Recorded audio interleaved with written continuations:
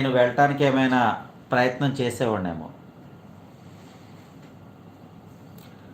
Okay, లైవ్లో ఉన్న మిత్రులు ఒక లైక్ చేయండి. కొత్త మిత్రులు లైక్ చేయండి. 40 కోట్ల జనం వచ్చి వెళ్ళినా ఎవరికి ఎలాంటి రోగాలు రాలేదు. ప్రజలు నమ్మకంతో వెళ్ళాలి. నమ్మకం కరెక్టేనండి. నమ్మకం అనేది ఉండాలి, అతి నమ్మకం ఉండకూడదు అనేది నా యొక్క ఆలోచన. తప్పుగా భావించవద్దు. నమ్మకం ఉండాలి, విశ్వాసం ఉండాలి, కానీ అతి విశ్వాసం మూఢనమ్మకం ఉండకూడదు. నేనైతే దానికి కట్టుబడి ఉంటా. అతి విశ్వాసానికి పోను ఎప్పుడు కూడా. 40 కోట్ల జనం వచ్చినా జరిగే ఇన్సిడెంట్లు చాలా జరిగినాయండి. రోడ్ యాక్సిడెంట్లని, ట్రైన్ రీసెంట్గా ఇప్పుడు మా ఇంటి పక్కన వాళ్ళు ట్రైన్ వెళ్ళారంట. అక్కడ భోజనం అది లేట్ అయిందంట. స్నానం అయి చేసినాక అన్నం తిందాంలే అనుకున్నారు. భోజనం హోటల్కి వెళ్ళి చేద్దామని ఈ లోపు స్ట్రోక్ వచ్చింది. అక్కడికి వెళ్ళి హెల్త్ ఇష్యూతో మా ఇంటి పక్కన ఒక వ్యక్తి అక్కడ కాలం చేశారు. యువకుడే మళ్ళీ భోజనం లేట్ అవ్వడం మూలంగా గ్యాస్ రావడం ఏదో సంథింగ్ జరిగి హార్ట్ స్ట్రోక్ వచ్చి 40 ఇయర్స్ లోపు వ్యక్తే కాలం చేయడం జరిగింది. అతన్ని అక్కడి నుంచి ఇక్కడికి విజయవాడ తీసుకురావడానికి 1 lakh రూపీస్ ఖర్చు అయింది.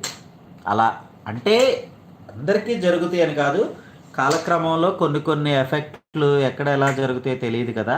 అయినా సరే మనం కొన్ని పద్ధతులు అయితే పాటించాలనేది నా ఉద్దేశం. హిందూ ధర్మమే, కానీ మనం అతి విశ్వాసానికి పోకూడదు అనేది కూడా నా యొక్క మాట. అది ఎలా అనుకున్నా నేను దాన్ని తప్పుగా భావించవద్దు. Not sending Pratap Garu. Everyone at home are discouraging me by saying no proper facilities for basic needs. She bought water from the lake which they poured in our main water tanks, so all of them in your apartment can benefit. Okay వాళ్ళ ఇంటి దగ్గరలో వాళ్ళు వెళ్ళి వాళ్ళకి water అంతేలేండి. అంతే మరి. వెళ్ళలేనప్పుడు వీలు లేనప్పుడు ఏదైనా ఒకటి గుర్తుంచుకోండి, మీకు గంగ వాటర్ కావాలి, నేను గంగ నీళ్ళతో స్నానం చేయాలనుకున్నప్పుడు మీ ఇంటి ఎదురుగా తులసి కోట నిండుగా నీళ్లు పోసి ఆ జలముని తీసుకుని మీ మీద చిమ్ముకోండి. మనం ఒకసారి తులసమ్మకు నీళ్లు పోస్తే ఆ జలము 12 జీవనదుల్లో యొక్క జలంతో సమానం. ఒకటే గుర్తుంచుకోండి.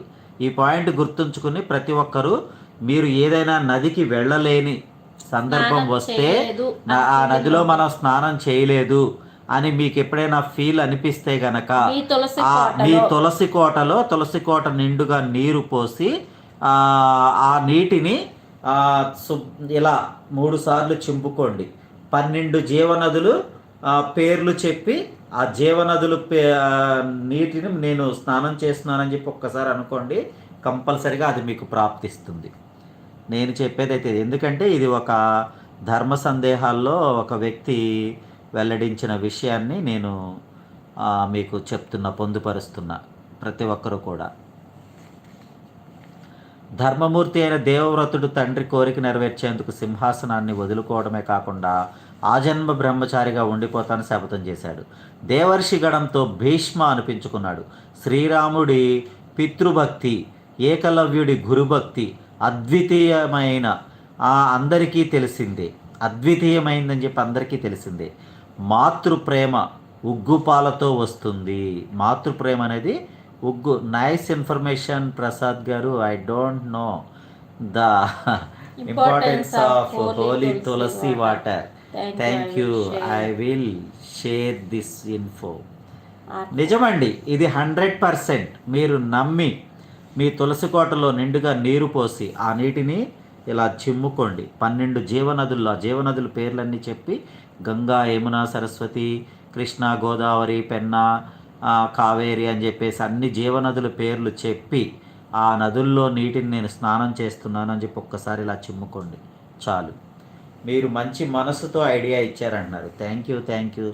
నాకు తెలిసింది చెప్తానండి. నేను ఎప్పుడైనా నా మనసుకి మంచి